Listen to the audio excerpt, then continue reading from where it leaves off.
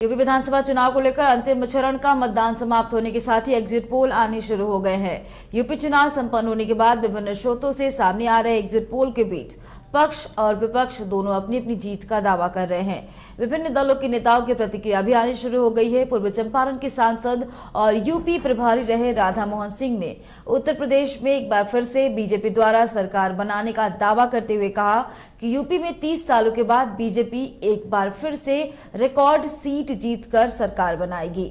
मोतिहारी में सांसद और उत्तर प्रदेश प्रभारी राधा मोहन सिंह ने विपक्षियों पे निशाना साधते हुए कहा कि यूपी चुनाव में विपक्षी दलों ने लगातार नए नए हथकंडे अपनाए, लेकिन चुनाव में विपक्षियों के सभी हथकंडे उल्टे पड़ गए और मतदाताओं ने विपक्षियों को हर तरह के फरेब को समझने के बाद बीजेपी के पक्ष में जमकर वोटिंग की। 5 राज्यों के विधानसभा चुनाव के लिए मतदान समाप्त हो चुके हैं, लेकिन सियासी दलों को किस राज्य में कितनी सीटें मिलेंगी, इसको लेकर सर्वेक्षण एजेंसियों की राय दिलचस्प तरीके से सामने आई है।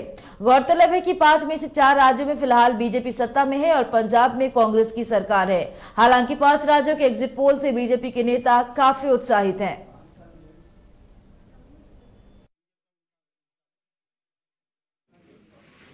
उत्तर प्रदेश जैसे अहम प्रदेश में विपक्षी दलों ने लगातार तीसरी बार नया प्रयोग किया है। कोविड से लेकर किसान आंदोलन तक उत्तर प्रदेश को ही राजनीति का अखाड़ा बनाया गया।